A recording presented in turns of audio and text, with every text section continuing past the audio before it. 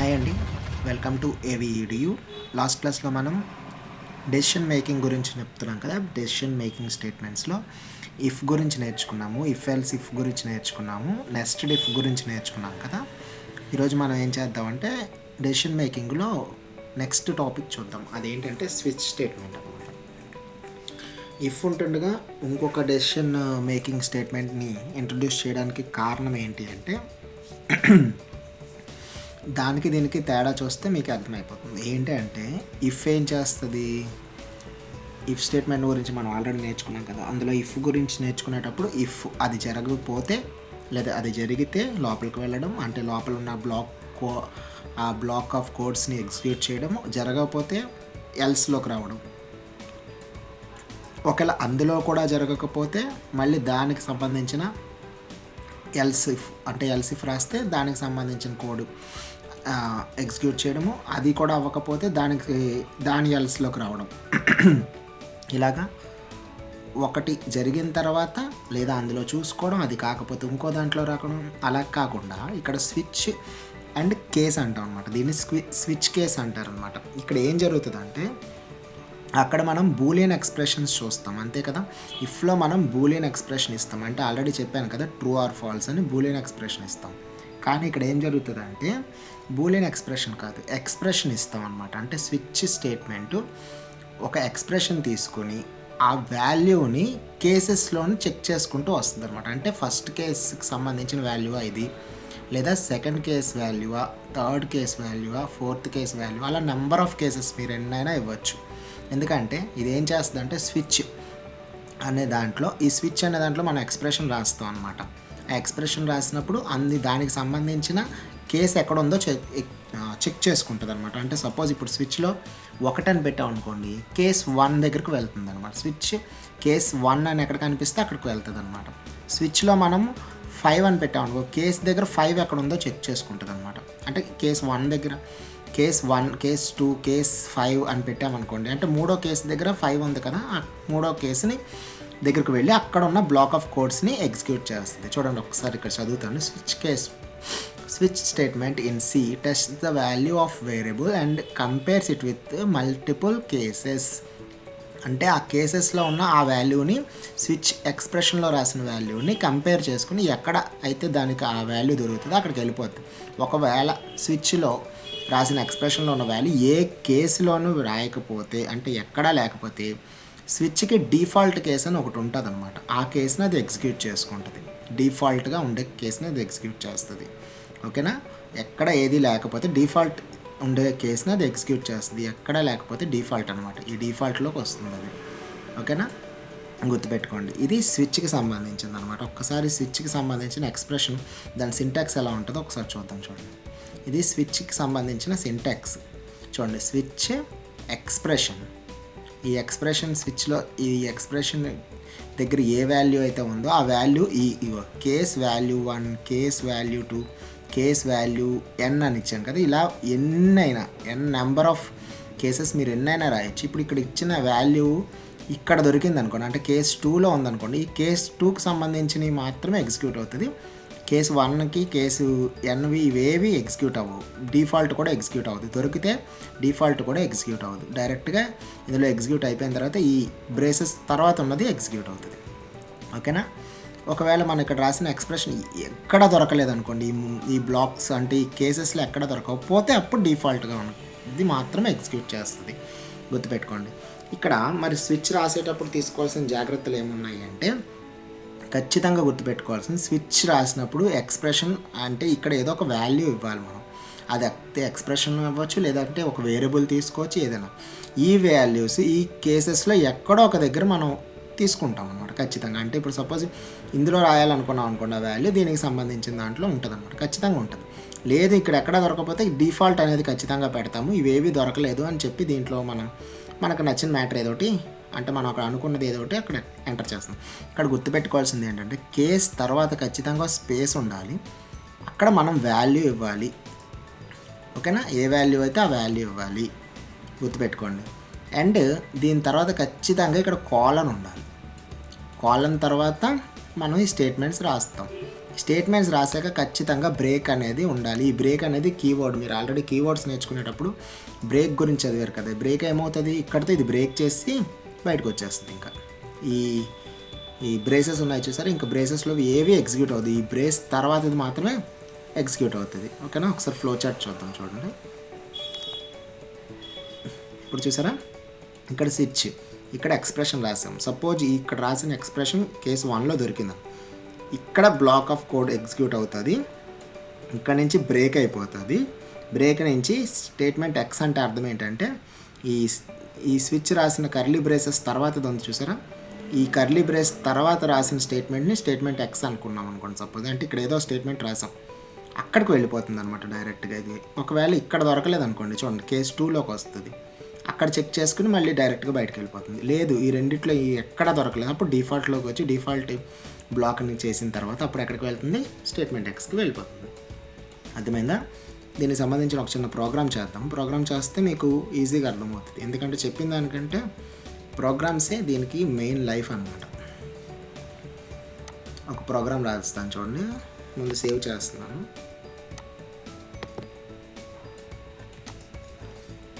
Switch కాబట్టి switch అని save చేస్తాను కదా. ఓకేనా, ఇప్పుడు ఏంటంటే అందరికీ తెలిసింది హ్యాష్ ఇన్క్లూడ్ ఏం రాయాలి ఇక్కడ మనం, stdio .h next wide main అవ్వకుండా బ్రేస్ పెట్టాను, వైడ్ మెయిన్. ఇప్పుడు వైడ్ మెయిన్ తర్వాత ఏదో రాయాలి కదా, ఏంటది? ఓకే, ఇప్పుడు మనం స్విచ్ వాడదాం. స్విచ్ వాడడానికి చిన్నది ఏదైనా ఏ విషయమైనా ఎలా అయినా మీరు ఇవ్వచ్చు. ఓకేనా, సపోజ్ చిన్నది రాస్తాను. చిన్నది రాసిన తర్వాత ఒక 2-3 రకాలు రాద్దాం. అసలు ముందు ఏం చేద్దాం అంటే ఇంట్ ఒక నెంబర్ తీసుకుందాం. ఇందులోని ఏ అనే దాంట్లో ఒక నెంబర్ తీసుకుంటున్నాను. ఓకేనా, ఇప్పుడు ఏం చేస్తానంటే ప్రింట్ ఎంటర్ ఏ వాల్యూ, ఏ దానికి వాల్యూ ఇవ్వండి అని అడుగుతున్నాను అనమాట. ఎందుకంటే బయట నుంచి తీసుకోవడం కోసం అనమాట. ఓకేనా, స్కాన్ఎఫ్ బయట నుంచి తీసుకోవాలంటే మరి స్కాన్ఎఫ్ కదా, పర్సంటేజ్ ఇది డి ఎందుకంటే ఇంటిజర్ కాబట్టి, కామా యాంపర్సెంట్ ఏ కదా అది. ఓకే, ఇప్పుడు వాల్యూ తీసుకుంది. ఇప్పుడు ఈ వాల్యూని స్విచ్తో చెక్ చేద్దాం. అక్కడ మనం ఎక్స్ప్రెషన్ అన్నది వాల్యూ ఏదైనా తీసుకోవచ్చు కదా. స్విచ్ చూడండి, స్విచ్ రాయగానే వచ్చేసింది. ఇక్కడ ఏమి ఇచ్చానంటే స్విచ్ నేను ఏ అని ఇస్తున్నాను. ఎందుకని చెప్పండి, అది ఎక్స్ప్రెషనే. ఏంటి ఆ ఎక్స్ప్రెషన్? ఆ ఎక్స్ప్రెషన్కి వాల్యూ ఏమొస్తుంది, ఏలో ఎంత తీసుకుంటే అంత వస్తుంది. ఓకేనా, ఇప్పుడు నేను ఏం చేస్తాను అంటే కేస్ ఇక్కడ ఏం చేద్దామంటే enter value for a from 1 to 5 అయితే 1 to 3 3 వాల్యూసే ఇవ్వండి అని చెప్తున్నాను దానికి. ఓకేనా, ఇప్పుడు ఏం చేస్తున్నానంటే స్విచ్, ఇప్పుడు నేను కేస్ 1 అనమాట. అంటే 1 ఇస్తే ఏలో 1 ఇస్తే ఏం జరగాలి, ఏలో 1 ఇస్తే ఏం జరగాలంటే ఇక్కడ printf ఇక్కడ ఏం చేస్తుందంటే యూ ఎంటర్డ్ 1 ఎందుకంటే అక్కడ 1 ఇచ్చారని అది చెప్తుంది అనమాట. అయిపోయింది, కేస్ 1 అది జరగాలి. ఇప్పుడు కేస్ 2 అన్నిసార్లు అలా రాసే బదులు నేను ఏం చేస్తానంటే కాపీ చేసి పేస్ట్ చేసేస్తున్నాను. చూడండి, స్పేస్ ఇద్దాం అర్థం అవడం కోసం. ఓకేనా, ఇప్పుడు కేస్ ఎంత 2, ఇప్పుడు కేస్ 3. ఓకేనా, ఇక్కడ ఏంటి, ఇప్పుడు నువ్వు 2 ఎంటర్ చేసావు, యూ హ్యావ్ ఎంటర్డ్ 3. ఓకేనా, ఇప్పుడు ఈ 3 ఎంటర్ చేయలేదు కాబట్టి అక్కడ ఒక డిఫాల్ట్ కేస్. 3 ఎంటర్ చేయకపోతే ఏం జరగాలి అనేది రాయాలి కదా. 3 ఎంటర్ చేయకపోతే ఏం జరగాలి,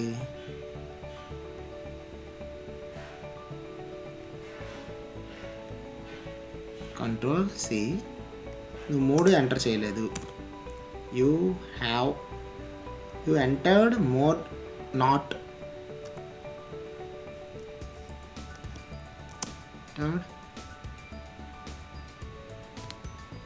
you not entered value between 1 to 3. మనం 1 నుంచి 3 మధ్యలో ఎంటర్ చేయలేదు అని చెప్పేసాం అన్నమాట. ఓకేనా? ఏం చెప్పాలి? 1 నుంచి 3 మధ్యలో వాల్యూ ఎంటర్ చేయలేదు. ఓకేనా? ఇప్పుడు నేను ఇది కానీ ఎగ్జిక్యూట్ చేస్తే ఏమవుతుంది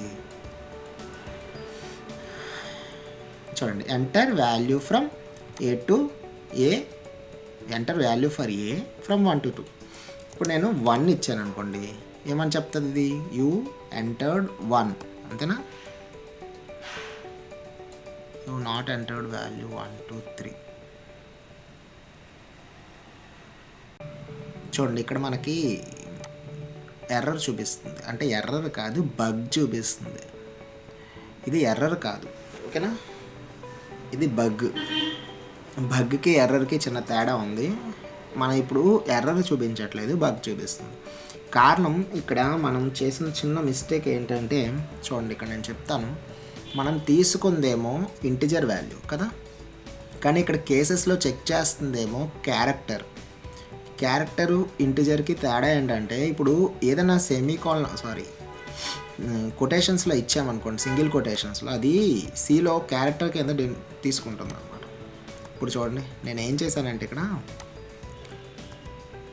నేను 1, 2 అవన్నీ క్యారెక్టర్స్ కాదు, ఇక్కడ వాల్యూస్, ఇంటిజర్ వాల్యూస్ కదా. ఇందాక తీసుకున్నది క్యారెక్టర్స్, అంటే నేను సింగిల్ కొటేషన్లో పెట్టాను అనుకోండి, అది క్యారెక్టర్ అవుతుంది అనమాట. అది కూడా మీకు చూపిస్తాను. ఇప్పుడు మాత్రం ఇది వాల్యూ తీసుకుంటాను. చూడండి ఇప్పుడు ఎగ్జిక్యూట్ చేశాను అనుకోండి, ఇప్పుడు ఏమడుగుతుంది? సేమ్ చూసారా? You entered 1. సపోజ్ ఇంకోటి ఎంటర్ చేస్తాను, నేను ఇప్పుడు 3 ఎంటర్ చేస్తాను. ఇప్పుడు ఏం చెప్పాలి? అది యూ ఎంటర్డ్ 3 వచ్చిందా? నేను ఈ మూడిట్లోనూ కాకుండా వేరే తీసుకుంటే, అంటే సపోజ్ 5 తీసుకున్నాను అనుకో, యూ హ్యావ్ నాట్ ఎంటర్డ్ అని చెప్పి వస్తుంది. చూసారా? You have not entered value between 1 to 3. చూసారా? డిఫాల్ట్లోది వచ్చింది. అంటే నేను 1 కానీ 2 కానీ 3 కానీ తీసుకుంటే ఇక్కడ ఏ అనే దాంట్లో ఉన్న వాల్యూని కేసెస్తో చెక్ చేసింది. స్విచ్ ఏ అంటే స్విచ్ 1 అన్నాను అనుకోండి. సపోజ్ ఏ బదులు 1 తీసుకుంటే ఇక్కడ ఏం జరిగింది? స్విచ్, సపోజ్ నేను ఏ బదులు 1 తీసుకున్నాను అనుకోండి, ఏ బదులు 1 తీసుకుంటే ఇక్కడ ఈ 1తో చెక్ చేసింది, అంటే కేస్ 1 దగ్గరే ఉంది కాబట్టి ఇక్కడికి వస్తుంది. ఏ బదులు 2 తీసుకుంటే 1లో లేదు, కేస్ 1 కాదు, అది కేస్ 2, అంటే వాల్యూ ఇక్కడ 2 దగ్గర దొరికింది కాబట్టి ఇక్కడికి వచ్చింది. నేను ఇక్కడ 5 తీసుకున్నాను, స్విచ్ 5, కేస్ 1 దగ్గర, కేస్ దగ్గర ఇక్కడ 5 లేదు, ఇక్కడ 5 లేదు, ఇక్కడ 5 లేదు, అందుకని ఈ 3 దగ్గర లేదు కాబట్టి డిఫాల్ట్లోకి వచ్చింది. ఒకవేళ ఇక్కడ కాకుండా నేను 5 ఎంటర్ చేశాను అనుకోండి, సపోజ్ మిగతా ఏవి రాయకుండా నేను 5 రాశాను అనుకోండి కేసు, సపోజ్ ఇక్కడ 5 చూడండి, యూ ఎంటర్డ్ 5 అని వస్తుంది. నేను 4 తీసుకోవాలా అంటే తీసుకోక్కర్లేదు, మన ఇష్టం, అది ఆ వాల్యూ ఎంతైనా ఉండొచ్చు. దానికి సంబంధించిన కేసు దొరికితే అది ఎగ్జిక్యూట్ చేస్తుంది, లేకపోతే ఎగ్జిక్యూట్ చేయదు. ఇప్పుడు నేను మధ్యలో 4 ఇచ్చాను అనుకోండి, నాట్ ఎంటర్డ్ ది వాల్యూ అంటే డిఫాల్ట్లోకి వెళ్ళిపోతుంది. ఒకవేళ 5 ఇస్తే 1 తర్వాత 2 తర్వాత 3 తర్వాత 5 ఉంది కదా, ఆటోమేటిక్గా దానికి దొరికింది కదా. చూడండి, యూ ఎంటర్డ్ 5, అర్థమైంది కదా ఇక్కడ. అంటే ఇక్కడ ఉన్న వాల్యూని ఇక్కడ ఉన్న కేసెస్ వాల్యూతో చెక్ చేసుకుంటుంది. ఓకేనా? అర్థమైంది కదా, సింపుల్ అనమాట, ఏం లేదు. మీరు రాసేటప్పుడు ఆ వాల్యూ ఆ కేసులో ఎక్కడో దగ్గర దొరకాలన్నమాట దానికి, అంతే, అంతకన్నా ఏం లేదు. ఇప్పుడు ఇందాక వచ్చింది కదా, అది ఒకసారి చేద్దాం ఉండండి. చూడండి ఇక్కడ నేను ఏం చేస్తున్నానంటే ఇప్పుడు దీన్ని క్యార్ కింద మార్చేసాను. అంటే ఇప్పుడు నేను క్యారెక్టర్ వాల్యూస్ తీసుకుంటాను. ఇందాక వరకు ఇంటిజర్ వాల్యూస్, ఇప్పుడు క్యారెక్టర్ వాల్యూస్. ఇప్పుడు ఏం జరుగుతుందో చూద్దాం. నేను ఇక్కడ మళ్ళీ ఇంటిజర్సే ఇచ్చాను, అంటే వాల్యూసే ఇచ్చాను. ఇది ఎర్రర్ అయితే చూపించదు. ఇప్పుడు ఏం జరుగుతుంది చూడండి, చూసారా? ఇప్పుడు క్యారెక్టర్లో దానికి 1 ఎక్కడ దొరకలేదు, నేను ఇచ్చింది 1, కానీ క్యారెక్టర్లో 1 దొరకట్లేదు, న్యూమరికల్లో 1 దొరికింది దానికి. అలాంటప్పుడు ఏం చేస్తామంటే క్యారెక్టర్ తీసుకునేటప్పుడు చూడండి, ఇక్కడ నేను ఇప్పుడు క్యారెక్టర్ అని చెప్పడం కోసం దీనికి ఏం చేస్తానంటే ఇప్పుడు నేను 1 ఇస్తే ఏం జరుగుతుందో చూడండి.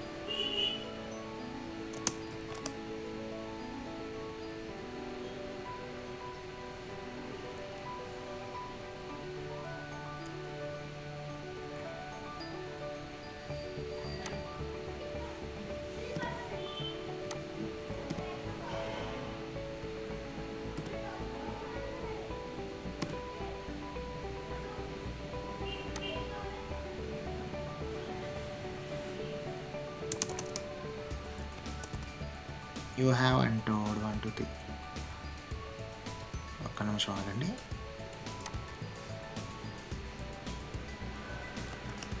కారణం ఏంటో తెలుసా? ఇందాక రాకపోవడానికి ఇప్పుడు రావడానికి కారణం కూడా ఉంది. ఇందాక చూడండి, ఇప్పుడు మళ్ళీ రాదు. ఏంటో చూడండి. ఇప్పుడు చూడండి, ఇప్పుడు 1 ఇస్తే రాదు. మళ్ళీ ఇప్పుడు నేను ఏ స్పేస్లో ఇవ్వకుండా 1 ఇస్తాను, అప్పుడు వస్తుంది. కారణం ఏంటో తెలుసా?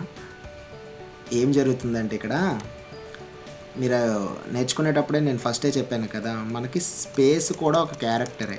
నేను ఇక్కడ ఎన్ని స్పేసులు కొడుతున్నానో అన్ని స్పేసులు అది వాల్యూ కౌంట్ చేస్తుంది. ఇప్పుడు నేను 1 తీసుకోవట్లే, ఈ 3 తర్వాత వెంటనే ఉన్నది ఏంటో అది చూస్తుంది అనమాట. అంటే వెంటనే ఉన్న ఫస్ట్ క్యారెక్టర్ ఏంటో చూస్తుంది. అక్కడ ఏం దొరికింది? దానికి స్పేస్ దొరికింది. ఆ స్పేస్ మనం ఇవ్వలేదు. మీకు అర్థం కావడం కోసం చెప్తాను చూడండి ఒకసారి. కేస్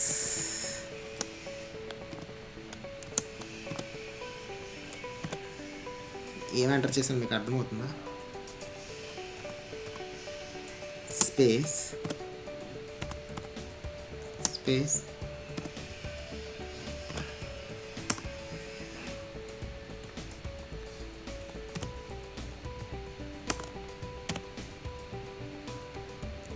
చూడండి, యూ ఎంటర్డ్ స్పేస్ అని ఇస్తాను. ఇప్పుడు చూడండి ఏం జరుగుతుందో. నేను 1 ఇస్తే 1 వచ్చింది కదా. ఇప్పుడు చూడండి, ఇక్కడ స్పేస్ కొడుతున్నాను. ఓకేనా? స్పేస్ కొట్టి 4 స్పేస్లు ఇచ్చిన తర్వాత 1 ఇచ్చాను. చూడండి, యూ ఎంటర్డ్ స్పేస్.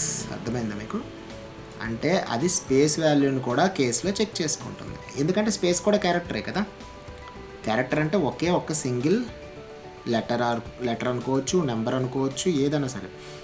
అర్థమవుతుందా? అంటే ఇప్పుడు అది ఎంటర్ చేయమన్నప్పుడు ఇక్కడ చూసారా, ఈ ఎంటర్ చేయమన్నప్పుడు ఈ 3 తర్వాత నువ్వు ఏదైతే వెంటనే ఎంటర్ చేస్తావో అదే అక్కడ క్యారెక్టర్ కింద తీసుకుంటుంది. నువ్వు వెంటనే 1 ఎంటర్ చేస్తే అది 1 క్యారెక్టర్ కింద తీసుకుంది, 1 ప్రింట్ చేస్తుంది. అంటే 1కి సంబంధించిన కేసు ఎతికింది. ఒకవేళ నువ్వు అక్కడ వెంటనే కానీ దానికి స్పేస్ ఇచ్చావు అనుకో, స్పేస్కి సంబంధించింది ఎతుకుతుంది. అర్థమైందా? అక్కడ ఏ క్యారెక్టర్ అంటే ఆ క్యారెక్టర్ తీసుకుంటుంది అనమాట. అర్థమవుతుందా? ఓకేనా? ఇందులో ఇంకోటి చిన్న చూపిస్తాను చూడండి, ఒక ప్రోగ్రాము ఈజీగా అర్థమవడం కోసం మీకు. ఇప్పుడు ఏం చేస్తున్నానంటే క్యార్ ఆపరేటర్, ఓకేనా, OPER ఆపర్ అని ఒకటి తీసుకుంటున్నాను. ఓకేనా? ఇంట్ A, B అని వాల్యూస్ తీసుకుంటాను. ఇప్పుడు ఏం జరగాలంటే నేను ప్లస్ ఎంటర్ చేస్తే ప్లస్, ఆ రెండింటి మధ్యన ప్లస్ జరిగి నాకు ఆపరేషన్ చూపించాలి. నేను మైనస్ ఎంటర్ చేస్తే మైనస్ జరిగి చూపించాలి. హ్యాస్ట్రిక్ అంటే ఇంటూ ఎంటర్ చేస్తే ఇంటూ జరిగి చూపించాలి. డివిజన్ ఎంటర్ చేస్తే డివిజన్ జరిగి చూపించాలి. మాడ్యులస్ ఎంటర్ చేస్తే మాడ్యులస్ జరిగి చూపించాలి. అంటే ఏది ఎంటర్ చేస్తే దానికి సంబంధించిందే జరగాలి. ఇలాంటప్పుడు వాడేది ఏంటి? స్విచ్చే కదా, ఆటోమేటిక్గా స్విచ్. ఇక్కడ ఎక్స్ప్రెషన్ ఏంటి? నేను ఎంటర్ చేసేది ఏదైతే ఉందో అది ఆపర్. కానీ ఆ ఆపర్కి ముందు ఎంటర్ చేయాలి కదా దానికి సంబంధించింది. అంటే printf, చూడండి ఇక్కడ ఎంటర్ చేస్తున్నాను, printf ఎంటర్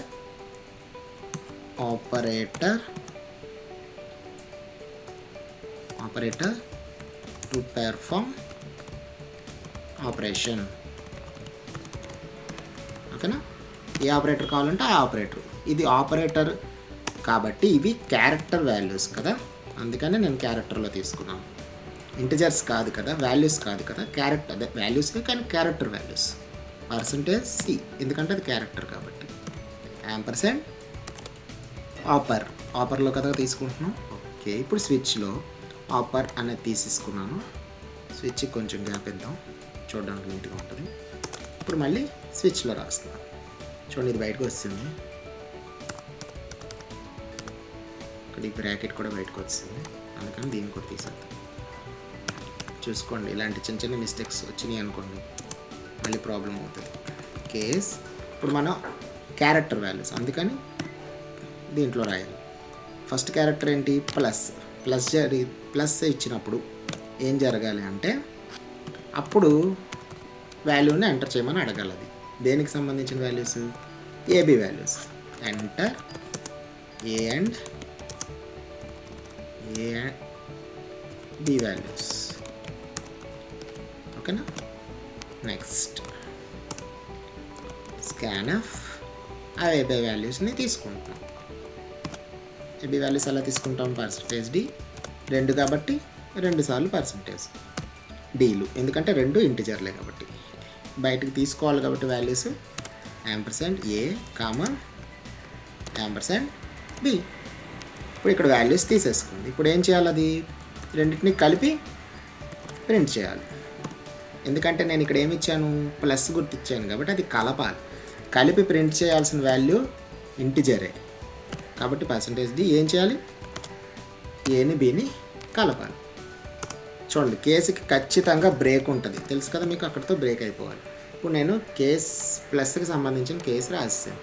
ఇంకా మిగతా అన్నీ కూడా అవే కాబట్టి నేనేం చేస్తానంటే కాపీ చేసి మార్చేస్తాను అంతే. జస్ట్ సింపుల్ కదా, అస్తమానం రాస్తే టైం వేస్ట్ అయిపోతుంది. ఓకేనా? 4 అంతేనా? ప్రస్తుతానికి 4 రాస్తున్నాను. మీరు అలాగే ఎన్ని కేసెస్ అయినా రాయొచ్చు. ఇది రెండో దానికి సంబంధించింది కదా, ఇది మైనస్, ఇక్కడ మైనస్ జరగాలి. ఓకేనా? యాస్ట్రిక్ మూడోది అంటే ఇంటూ, ఇప్పుడు ఇంటూ జరగాలి. ఇది డివిజన్ వస్తే ఇక్కడ డివిజన్ జరగాలి. మరి ఏది ఇవ్వకపోతే డిఫాల్ట్ ఉండాలి కదా.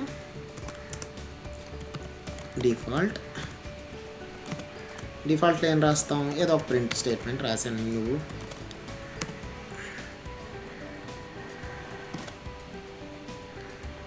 Only to enter plus comma minus comma into comma division. ఈ 4 ఎంటర్ చేయాలి. Only to enter. ఓకేనా? ఇప్పుడు ఏం జరుగుతుందో ఒకసారి చూద్దాం. అన్నీ మార్చాం కదా ఒకసారి. ఇప్పుడు ఫస్ట్ అది ఆపరేటర్ని ఎంటర్ చేయమని అడుగుతుంది. అంటే చూడండి ఇక్కడ ఎక్కడ వరకు ఎక్కడికి వచ్చిందంటే ఫస్ట్ది.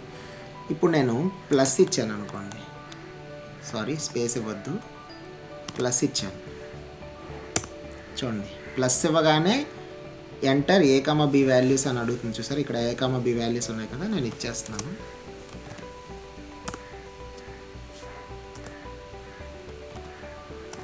చూడండి 10, 20.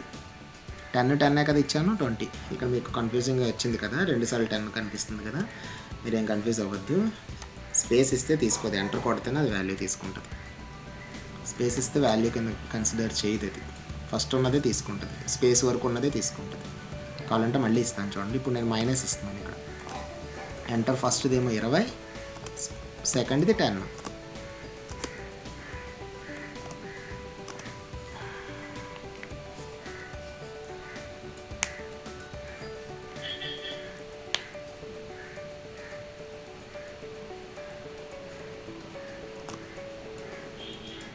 నెక్స్ట్ ఇప్పుడు ఇంటూ ఇచ్చామనుకోండి ఏం జరుగుతుందో చూడండి. ఇప్పుడు యాస్ట్రిక్ 20, 10 2 టైమ్స్ తీసుకుంటుంది కదా, 3. ఇందులో నాకైతే ఎర్రర్ ఏమీ కనిపించట్లేదు, అది మరి ఎందుకు 2 టైమ్స్ అడుగుతుందో తెలీదు.